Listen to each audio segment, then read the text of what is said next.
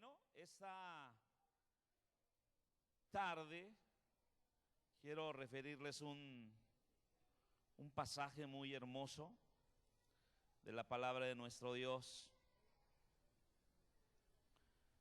De esas frases que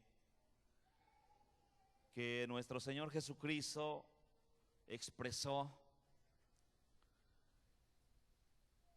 y que podemos darnos cuenta que nuestro Señor es todo amor. ¿Cuántos están de acuerdo que Jesús es todo amor? Y la prueba es que Él vino a este mundo a dar su vida en rescate por la nuestra. Y las frases de Jesús en su ministerio podemos nosotros entenderlas cuando el apóstol Pedro respondiendo a la pregunta de nuestro Señor Jesucristo, si ellos también se querían ir como las demás personas que estaban abandonando la compañía de Jesús, estaban abandonando el continuar siguiendo a Jesús. Porque cuando Jesús les dijo, ustedes me buscan porque les di pan, se sintieron ofendidos. Y entonces el comentario entre ellos es: dura palabra es esta. Nos está diciendo que somos unos, ¿cómo le llaman a estas personas? Convenencieras. Nos está diciendo que somos unos convenencieros. Nos está diciendo que somos unos, ¿qué más? Interesados. No, Jesús realmente ahora sí se pasó y no podemos soportar estas palabras que Jesús nos está diciendo. Y cuando Jesús observa que la gente se está yendo, ¿qué creen ustedes que Jesús sintió en su corazón? ¿Alegría de que la gente se fuera? Yo creo que no, porque ya también lo mostró nuestro Señor en la cumbre del Monte de los Olivos, cuando Él llora sobre la ciudad de Jerusalén, y llora porque no quisieron creer, porque no conocieron el tiempo de la visitación, porque no escucharon su voz. Y entonces nuestro Señor llora. Entonces no creo que a Jesús le hubiese dado gusto que la gente empezó a dar media vuelta y empezó a retirarse. Pero ¿se habrá arrepentido Jesús de haber dicho, ustedes me buscan porque les di de comer? Realmente a nuestro Señor, si algo notamos de Él, es que no tenía miedo en decir lo que tendría que decir. O sea, nuestro Señor, si tenía que decir algo fuerte, pues lo decía. Y en ocasiones pues tenía que decirles también palabras suaves, tranquilas. Y cuando le dice a los discípulos, después de que Pedro le dice, Señor, mira, se está yendo la gente. Entonces Jesús le dice a Pedro, ¿se quieren ir también ustedes? Entonces Pedro, realmente en su corazón, él sabía lo que las palabras de nuestro Señor Jesucristo llevan consigo. Sean suaves, sean medio fuertes o sean fuertes, las palabras de Jesús son vida. Las palabras de Jesús son vida. Y Pedro le dice, Señor, ¿a dónde iremos? ¿O a quién iremos? Si solamente tú tienes palabras de vida eterna. Si solamente tú tienes palabras de vida. Y esto es cierto. Sean palabras suaves, sean palabras fuertes, lo que nuestro Señor siempre va a desear, va a anhelar, es darnos vida a cada uno de nosotros. Aunque en ocasiones se malinterpreten, aunque en ocasiones se malentiendan, O en ocasiones uno diga, no, pues es que esto lo está diciendo por mí, me está ofendiendo. La palabra del Señor, lo hemos expresado una y otra vez, siempre tendrá como propósito edificarnos, consolarnos y exhortarnos. Siempre tendrá esa finalidad, a fin de que el hombre de Dios, la mujer de Dios, estemos preparados para toda buena obra, para que todos nosotros podamos ser instrumentos en sus manos. Y cuando nosotros observamos las palabras del Señor, siempre tendremos que incluirnos, porque si hay algo que nuestro Señor, algo peculiar que observamos de parte del Señor, es que hay palabras directas que Él mandó directamente y también palabras indirectamente. Ahora sí, para aquellas personas que quisieran ponerse el saco, para aquellas personas que dijeran, eso es para mí y lo entiendo y me arrepiento, esto es para mí y lo entiendo y voy a poner en práctica lo que mi Señor está diciendo. Esto es para mí porque no se está equivocando. ¿Cómo sabe el pastor, el evangelista, el hermano que está predicando lo que yo estoy viviendo, lo que estoy pasando? ¿Cómo lo sabe? Pues es que siempre nuestro Señor tendrá una palabra para nuestro corazón, para nuestras vidas. Dentro de los mensajes de Jesús, en donde les refiero que Jesús expresó palabras fuertes, ustedes podrán inclusive hasta decirme en dónde han encontrado a Jesús hablando fuerte a sus discípulos, a la gente, a las personas. Porque hay frases de nuestro Señor que de alguna manera dicen, pero ¿cómo Jesús pudo expresar eso? Pues sí, Jesús lo expresó. ¿Y a quién se lo dijo? Pues a la gente que estaba allí escuchándole atentamente. Por ejemplo, Jesús llega un día y se mete al templo y observa un gran desorden en el templo. Se han de acordar. Y lo que Jesús observa es que varias personas han convertido el templo en un mercado. Y Jesús en su corazón sintió celo por su casa, porque el propósito de la casa de Dios, el propósito del templo de Dios, el propósito del lugar de reunión es que debe de ser una casa de oración. Mi casa, casa de oración será llamada. Y entonces lo que Jesús le expresa a la gente, pues hizo que la gente se irritara, se enojara y dijera, pero ¿con qué autoridad haces esto? Y se molestaron con Jesús, porque Jesús les dijo que ellos eran unos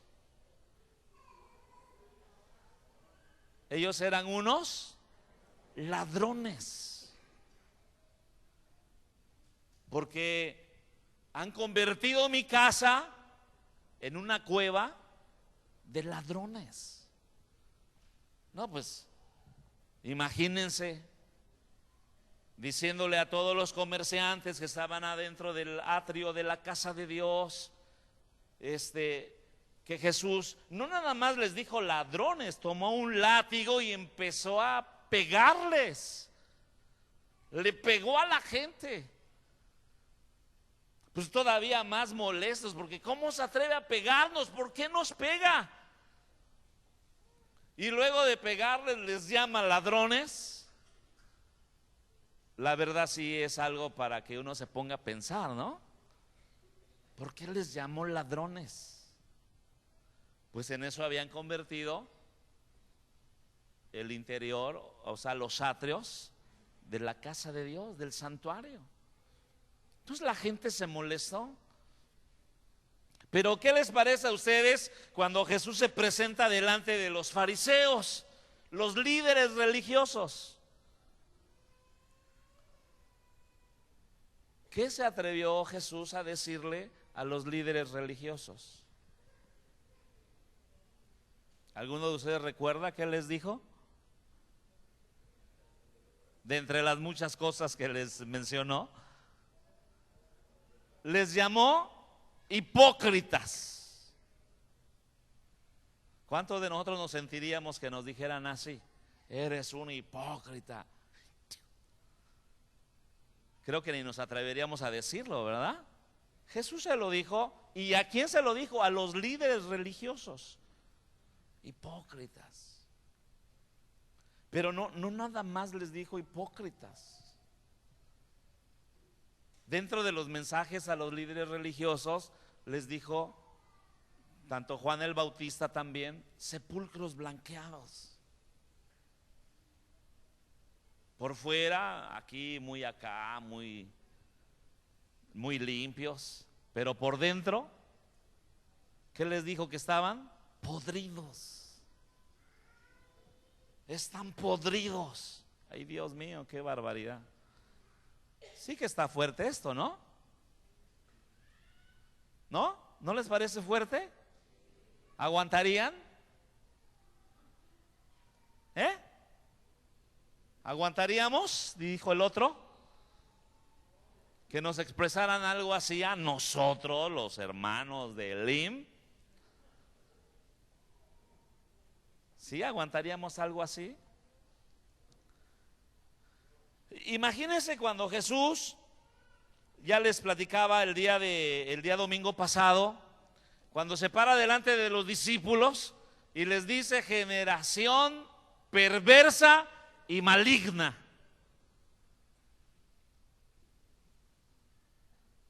Generación perversa y maligna fue lo que Jesús les dijo a sus discípulos. Señor, ¿cómo puedes hablarnos así? ¿Que no te das cuenta que nos estás evidenciando delante de la gente? Dínoslos en privado, Señor, dínoslo allá en el huerto del Getsemaní. Dínoslo allá donde vamos en la barca nada más contigo, pero no delante de toda la gente. No, generación perversa y maligna, ¿hasta cuándo tengo que estar con ustedes? ¿Hasta cuándo los tengo que soportar?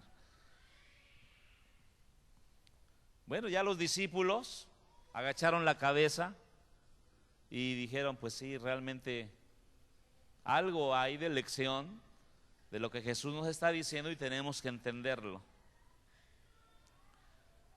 Pero lo que vamos a ver hoy rebasa todos los límites. Porque los discípulos pudieron decirle al Señor: estamos de acuerdo que nos llames hipócritas. Estamos de acuerdo que te seguimos porque nos das de comer. Estamos de acuerdo, Señor, que nos digas generación perversa y maligna. Sí, estamos de acuerdo, Señor, que hayas dicho que convertimos tu casa en cueva de ladrones. Pero esto, Señor, ¿cómo te has atrevido a mencionarlo? ¿Cómo es posible que puedas decirnos lo siguiente? Jesús les respondió: ¿No os he escogido yo a vosotros los 12? Y uno de vosotros es diablo. Padre de misericordia. Esto ya fue en privado, ahí con los 12. Porque fue nuestro Señor el que eligió a los 12. ¿Quién los eligió? Y hablemos de ese proceso de elección. Dios eligió a Abraham para que a través de él naciera la nación de Israel. Dios escogió a Moisés para llevar a liberar a Israel de Egipto. Dios escogió a David para que se constituyera en el rey de Israel y a través de él, hermano, hacer grandes proezas a favor del pueblo. Dios escogió a Jeremías para hacerle profeta a las naciones, para ir a anunciar el mensaje. Y así podemos hablar a un montón de personas que nuestro Señor escogió. Y siempre que nosotros vemos a las personas a las cuales Jesús escogió, es para un propósito especial, para un propósito trascendental, para algo que nuestro Señor pensó ya con anticipación y que lo haría a través de esas personas. Como Pablo lo dijo, el Señor me escogió desde el vientre de mi madre. Fue el Señor el que me escogió.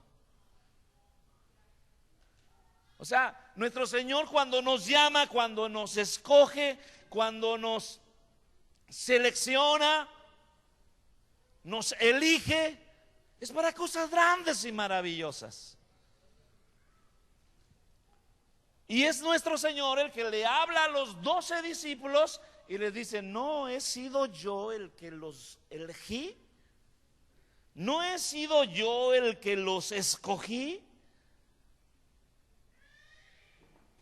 A todos ustedes yo soy el que los llamé. Y aún con ese llamado especial, aún con esa elección especial, aún con todo esto lo que implica ser escogido de Dios, uno de ustedes es diablo. ¿Qué es lo que estaba diciendo nuestro Señor a través de esta porción bíblica?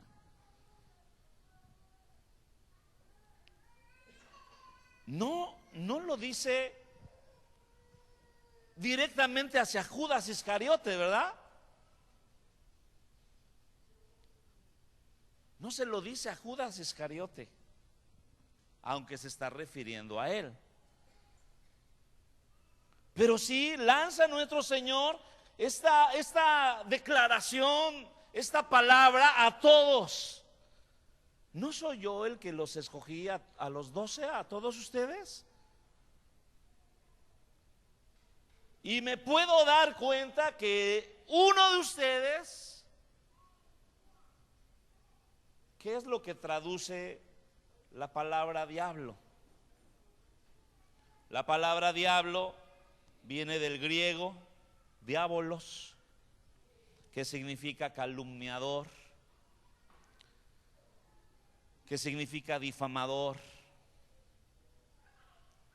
al cual también se le tipifica con maligno.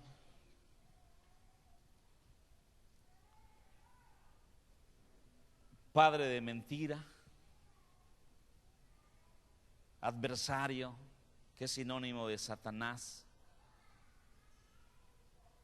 Entonces, cuando Jesús se está refiriendo a los 12, le está diciendo: uno de ustedes es maligno,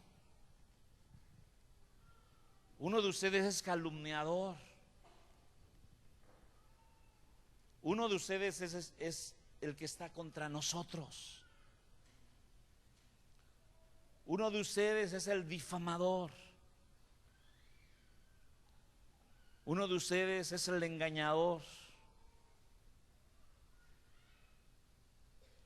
Ahora, ¿qué especial es este mensaje que Jesús le da a todos los discípulos? Porque ninguno de ellos sabía quién era.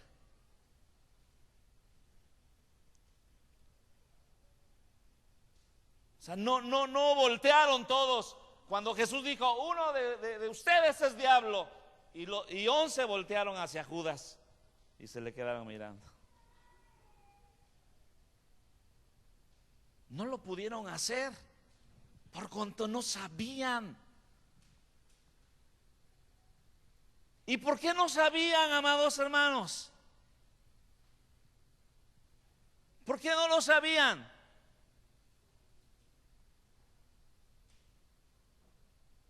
¿Pueden pensar ustedes por qué no lo sabían? Porque había aparentado muy bien su papel de discípulo y de apóstol.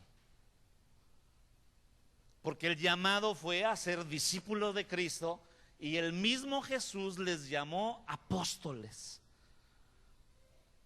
O sea, ¿qué es lo que implicaba en la palabra discípulo y en la palabra apóstol? La palabra apóstol, amados hermanos, no se la apropiaron ellos y dijeron somos apóstoles. No, Jesús los llamó a ser discípulos y a ser apóstoles. Es decir, fue el Señor el que les dio el título de discípulo y de apóstol. Implicaba ustedes los 12, claro, con todos los demás discípulos.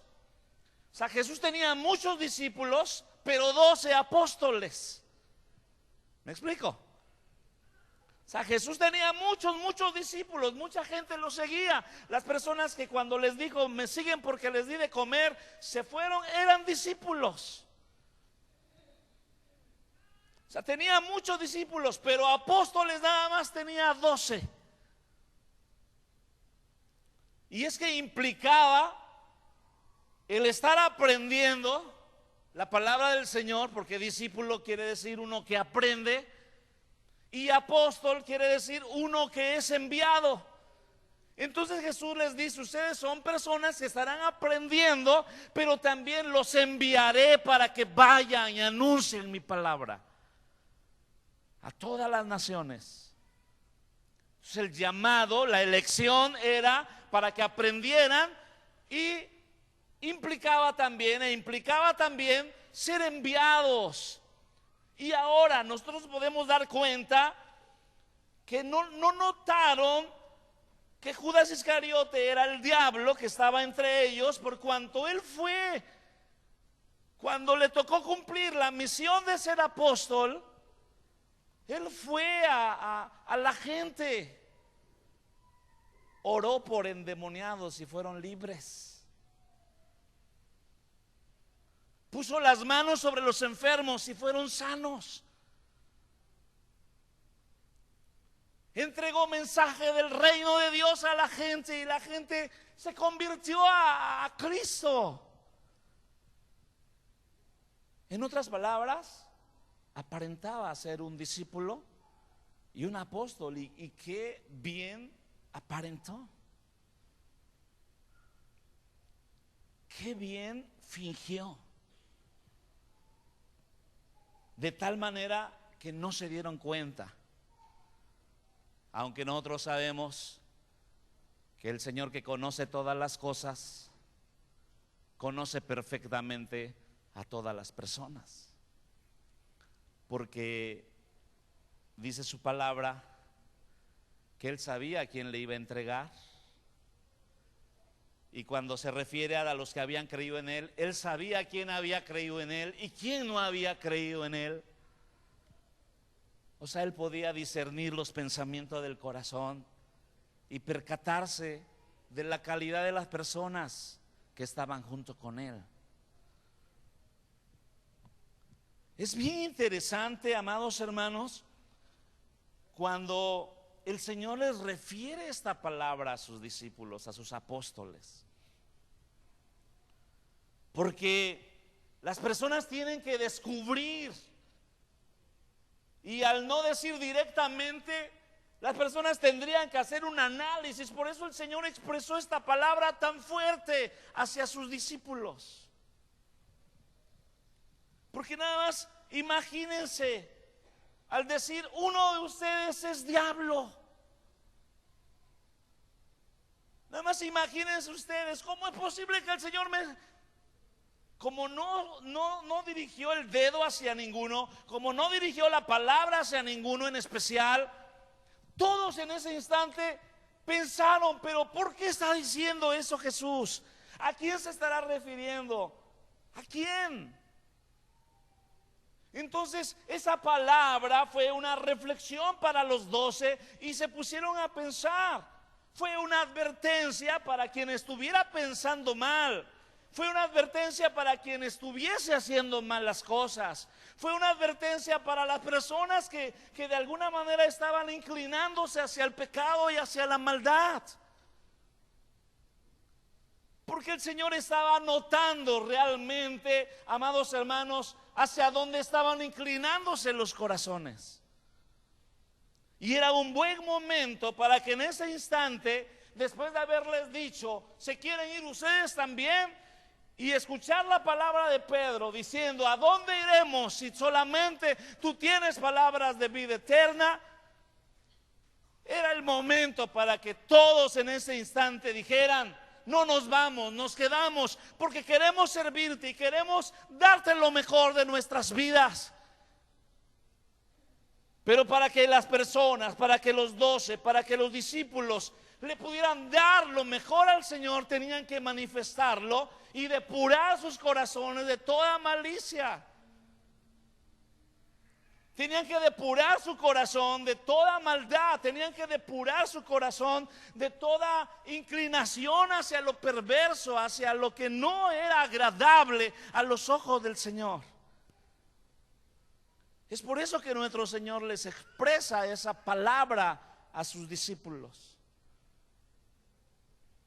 Nuestro Señor está consciente cuando llama a las personas, porque este ha sido un cuestionamiento de todos los tiempos. ¿Por qué el Señor, sabiendo que Judas era del maligno, por qué lo dejó allí? ¿Por qué no desde el principio? ¿Sabes que Judas, tú eres el hijo de perdición? Tú eres de quien ha hablado la palabra, de que vas a herir, de que me vas a lastimar, de que me vas a entregar. Así es que Judas, vamos, fuera. No entras dentro de este grupo de elegidos. Es un cuestionamiento que mucha gente se hace. Si Jesús sabía todas las cosas, ¿por qué dejó que Judas permaneciera dentro de ese grupo de elegidos?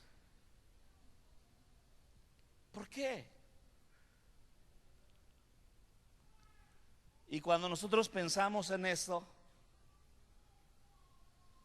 es que también Judas era digno de misericordia. Y en el proceso de permanencia de esos 3 años y medio, tendría la oportunidad de arrepentirse. Porque eso es lo que nos enseña el Señor a través de su palabra. ¿No sería una persona excluida para no escuchar la palabra, para no ver los milagros, para no ver la obra de Dios, para no ver cómo Dios está manifestándose poderosamente, de cómo verdaderamente Jesucristo es el Hijo de Dios, de todas las mentiras que pudieran haber dicho del Señor? Ahí estaba el testimonio de los 12 diciendo, Jesucristo es el Hijo de Dios, porque hemos visto lo que hemos oído. Realmente garantiza que es el Mesías, el ungido de Dios que ha venido a redimir al mundo. ¿Quién mejor que ellos podían dar testimonio? Y Judas era uno de los que podía dar testimonio que Jesucristo realmente era el Hijo de Dios. O sea, no lo desechó Dios, no lo apartó, no lo separó. Allí lo dejó. ¿Para qué? Para que tuviera la oportunidad y nosotros poder observar cómo nuestro Señor es tan misericordioso. Todos los días el Señor sabía que Judas era el traidor, que Judas, amados hermanos, era el maligno, que Judas había dado lugar a Satanás en su corazón, que Judas era, amados hermanos, el hijo de perdición. Todos los días Jesús lo sabía. Y todos los días eran nuevas las misericordias, era grande el cariño y el amor de Jesús hacia la persona de Judas. Eso es lo que nos revela nuestro Señor a través de esta porción bíblica, de que Él nos conoce a todos perfectamente y todas las mañanas son nuevas sus misericordias, y nos tolera y nos ama y no nos hace menos. Porque por eso los discípulos no se dieron cuenta a quién se refería cuando Jesús dijo que uno era diablo. Porque a nadie trataba con descortesía. Porque a nadie, amados hermanos, a ninguno de los 12 los hacía menos. Para todos tenía atención, para todos tenía cuidado, para todos tenía amor, para todos tenía compasión, para todos tenía un rato, un tiempo. Si Judas lo buscaba, ahí estaba Jesús. Si Pedro lo buscaba, ahí estaba Jesús. Si Tomás lo buscaba, ahí estaba Jesús. Todos tenían un lugar especial en el corazón del Señor. Por eso no se percataron los discípulos cuando dijo Jesús: uno de ustedes es diablo. No se percataron ni a quién se estaba refiriendo.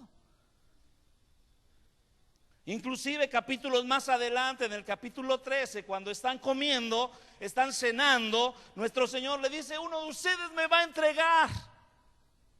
¿Y qué es lo que hacen los discípulos? Todavía ya recorrieron más camino. Después de que Jesús les dijo: uno de ustedes es diablo, y pasan varios días, varios meses, años, y Jesús les dice: uno de ustedes va a entregar, y no se dan cuenta quién. Por eso dicen: ¿seré yo, Señor? ¿Seré yo? Y se están cuestionando ellos: yo seré el que te va a traicionar, Señor, ¿seré yo? No identificaban a Judas como traidor, como el maligno, como el que estaba en contra, el adversario que vendría de alguna cierta manera, o el enemigo a través de esa persona venía a estropear, según él, la obra de Dios. No se percataban. Pero Jesús sabía muy bien a quién se estaba refiriendo. Amados hermanos,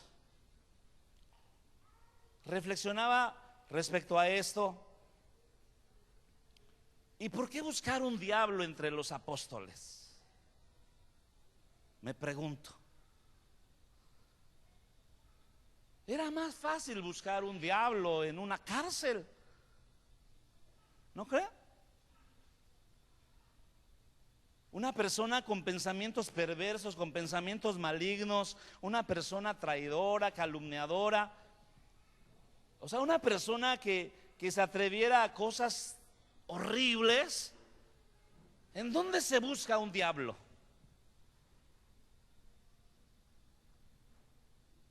¿Por qué entre los 12? Ese grupo selecto, ese grupo escogido. ¿Ustedes creen que existiera la posibilidad? Bueno, ya lo conocemos a través de la palabra de Dios, pero que estuviéramos en el tiempo de Jesús y caminara nuestro Señor Jesucristo con su vara, como el buen pastor va caminando, y detrás de él van sus 12 discípulos abnegados, sufridos, esforzados, valientes. Allá van los 12 caminando atrás de él. ¿Ustedes creen que la gente pensara que había un diablo entre esos 12?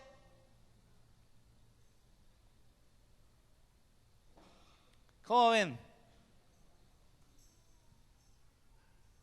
¿Pensaría la gente que había un diablo entre los 12? ¿En dónde es más fácil encontrar a una persona mala? A lo mejor tendrían que echar el ojo hacia el gobierno romano, que era el que estaba en aquel tiempo imperando, entre un centurión, sus soldados, y refiriéndose a un hombre malo y perverso, digan: no, ese es un diablo, porque mira cómo maltrata a la gente, mira cómo lastima a las personas, mira qué prepotente, mira qué déspota, mira cuánto mal está haciendo. Y a lo mejor entre los soldados se podría encontrar a un diablo, ¿verdad? en una cárcel, entre esos soldados malos que había. O aquí en nuestro tiempo, ¿dónde buscaríamos un diablo? ¿Qué dicen ustedes? ¿Para qué lo buscamos, hermano? Pero ¿dónde es más fácil encontrar a un diablo? Y me estoy refiriendo a un diablo con estas características: mentiroso, difamador, pendenciero, maligno, con pensamientos torcidos. ¿Sí? Así. ¿En dónde encontraremos un diablo? A lo mejor entre los que venden droga podríamos encontrar un diablo, ¿no? Porque cómo está lastimando a la juventud, a la niñez. A lo mejor entre los grupos perversos y malos uno podría decir: no, pues aquella persona es bien mala, mata a sangre fría. Y el diablo es homicida desde el principio. Allí está. No, pues entre los políticos, ¿a dónde han llevado al país? No, pues ahí está el diablo. Ahí está, porque mira cómo tienen al país en un colapso, en una crisis espantosa. Ahí está el diablo. Busquemos quién es. No me digan quién es. No se atrevan a decirlo. Pero podríamos encontrarlo. Pero oigan, buscar un diablo en Elim. ¿Quién de ustedes podría este día levantarse y señalar a uno y decir: ese es un diablo? Los discípulos no se atrevieron. Los apóstoles no se atrevieron. Porque aún ellos reflexionaron en su corazón cómo estaban interiormente.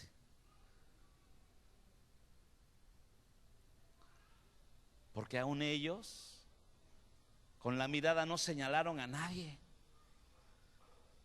Porque les pasó cuando aquellas personas acusaban a una mujer y Jesús les dijo: el que esté sin pecado arroje la primera piedra. Y fueron redargüidos y no se atrevieron a arrojar ninguna piedra.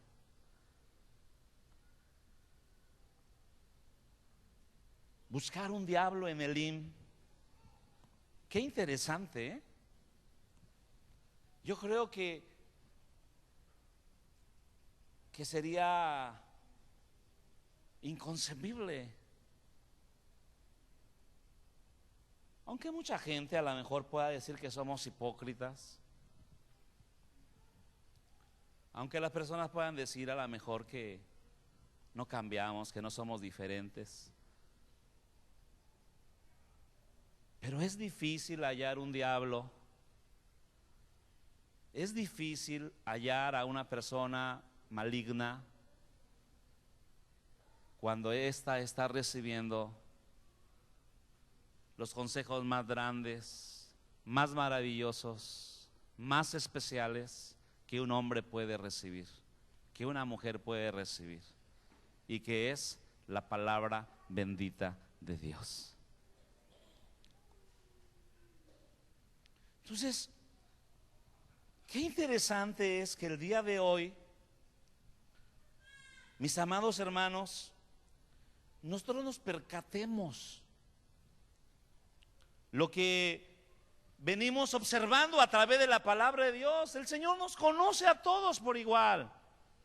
Conoce nuestros pensamientos, sabe qué es lo que hay en nuestro interior e inmediatamente lo detecta. Y luego nuestro Señor nos habla, porque Él nos habla. ¿Quién de nosotros quisiera detener la obra de Dios? Y por nuestro pecado la obra de Dios se detiene.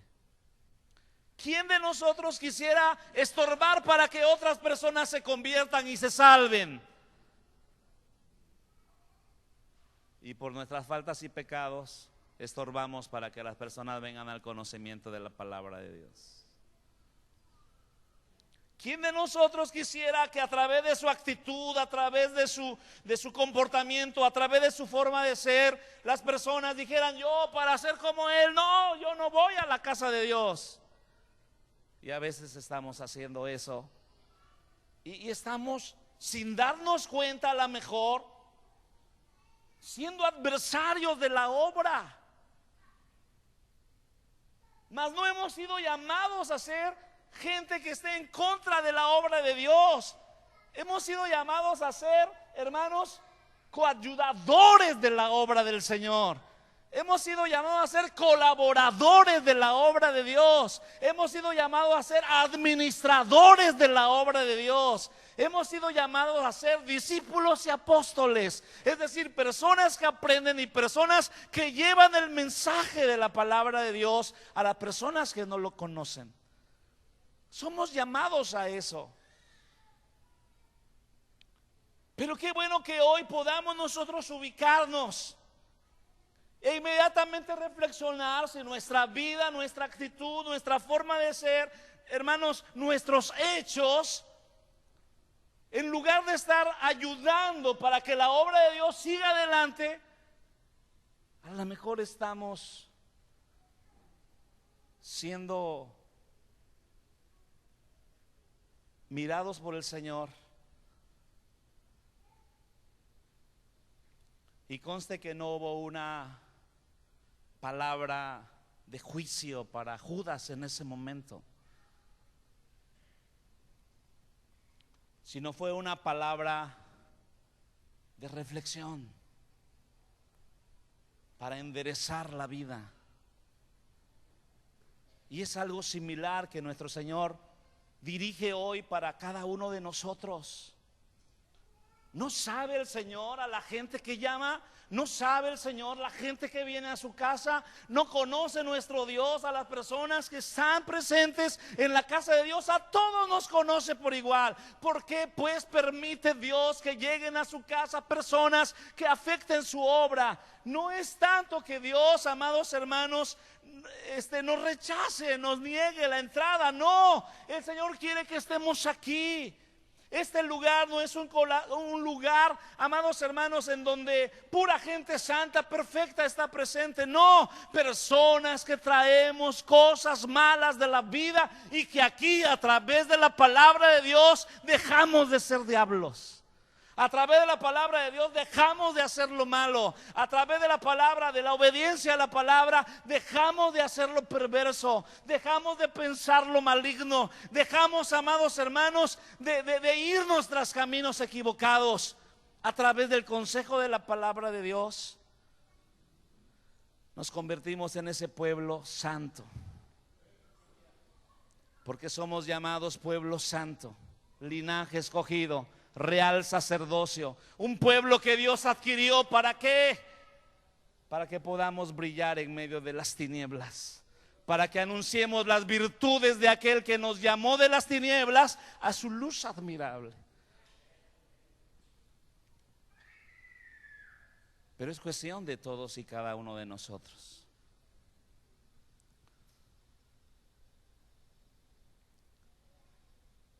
Es cuestión de tu vida y es cuestión de mi vida. No apartará a Dios en este tiempo el trigo de la cizaña. No lo separará el Señor.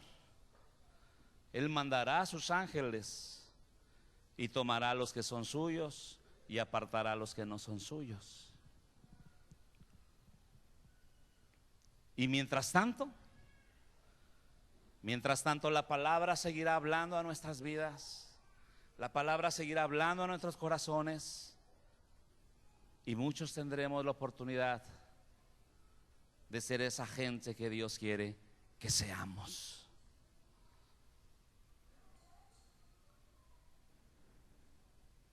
Tendremos la posibilidad, tendremos la oportunidad.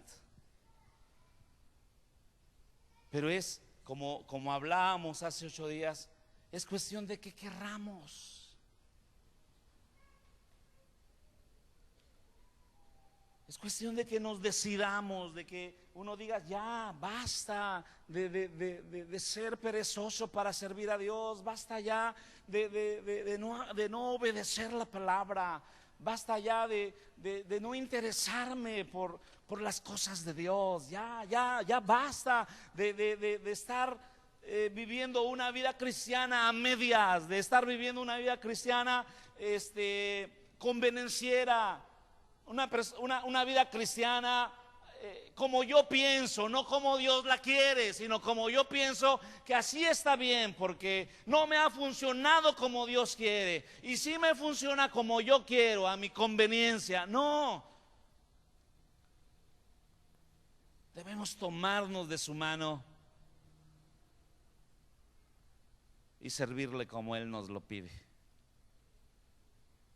y nos percataremos que vale la pena servir a Dios, y nos percataremos que Dios no se equivoca con su llamado, que es realmente bueno y su misericordia es para siempre. ¿Qué pasaría si Dios el Padre o nuestro Señor Jesucristo estuviese aquí con nosotros y expresara esta misma palabra?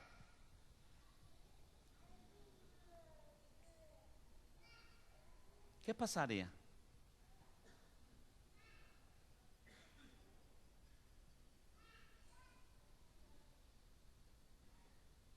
¿Cuántos saldríamos ofendidos?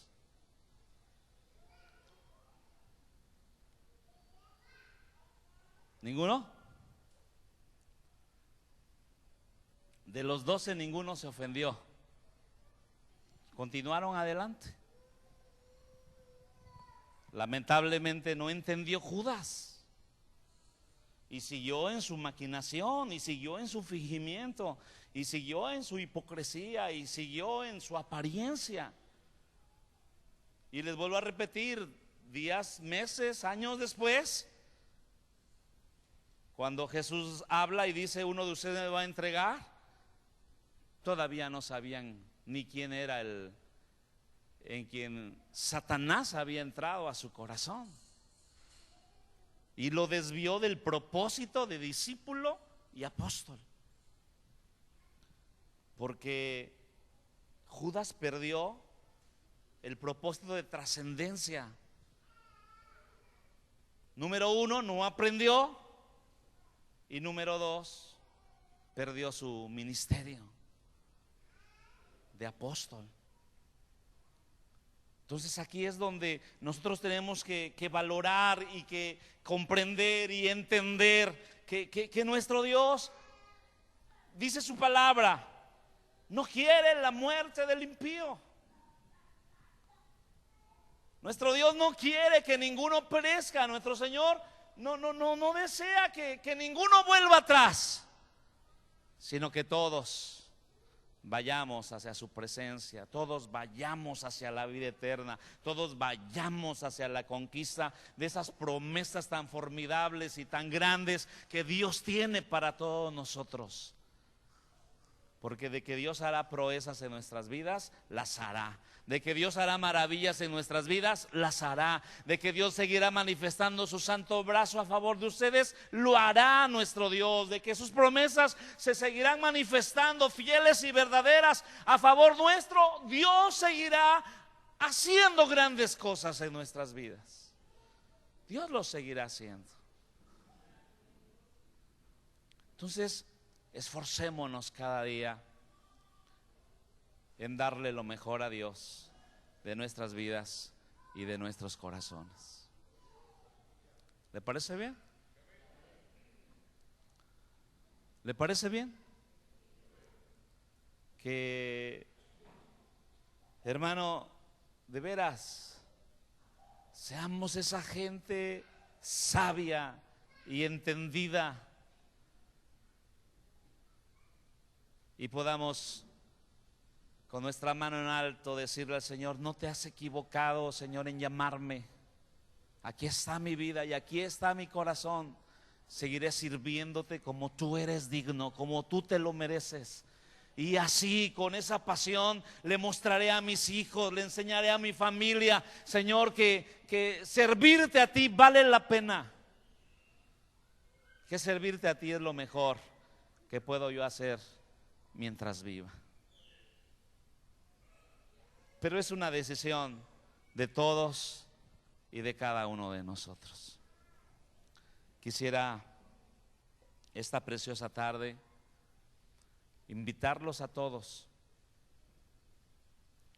para que juntos conquistemos lo que Dios tiene para nuestras vidas y sigamos siendo un canal por donde fluyan las bendiciones de Dios que puedan alcanzar a mucha gente y esta casa se llene. Les decía a ustedes el pasado jueves, si estuvieran todos los de la iglesia, no cabrían en este lugar.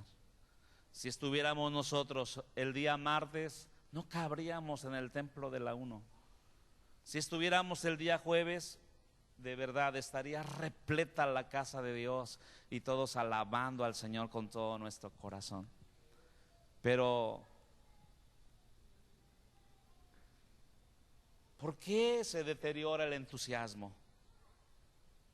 ¿Por qué se bajan las pilas del ánimo? ¿Por qué desciende la pasión por Dios? ¿Por qué el poco interés en la palabra, el poco interés de estar en la presencia del Señor? ¿Por qué? Y claramente la conclusión es porque nosotros lo permitimos. Porque si nosotros no quisiéramos, ¿ustedes creen que el enemigo haría mella en nuestras vidas?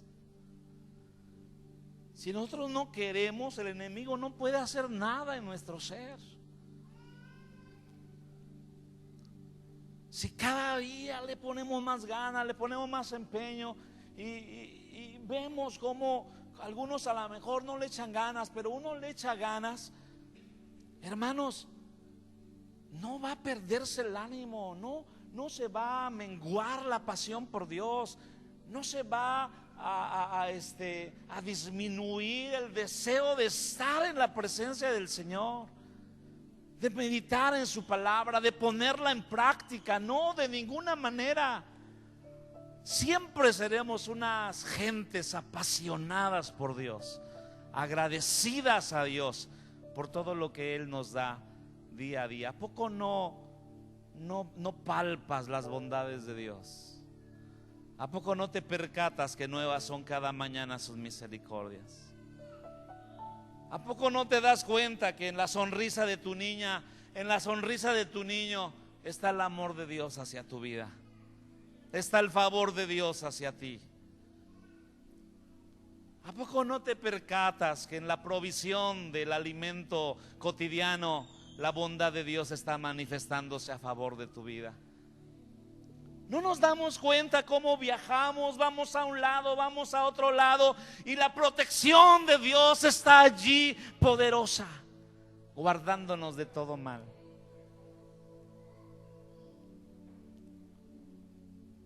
Cada día seremos deudores de la misericordia de Dios.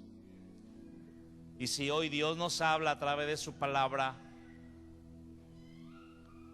y que Jesús dijera hoy: uno de ustedes me va a entregar, uno de ustedes me va a entregar, y me va a entregar a vituperio por tu culpa. La gente se va a burlar de mí, porque es lo que Jesús expresó: uno de ustedes es el que me va a entregar. ¿Y a dónde iban a entregar a Jesús? Pues con los malignos, con la gente que lo azotaría, lo golpearía, lo escupiría, le arrancaría la barba, lo golpearía en sus mejillas, lo lastimaría en su espalda. Yo creo que Judas nunca se imaginó de que iban a ser capaces las personas de hacer con Jesús. Pero cuando lo vio, cuando Judas vio la trascendencia de su falla, de su error, equivocadamente fue y se ahorcó.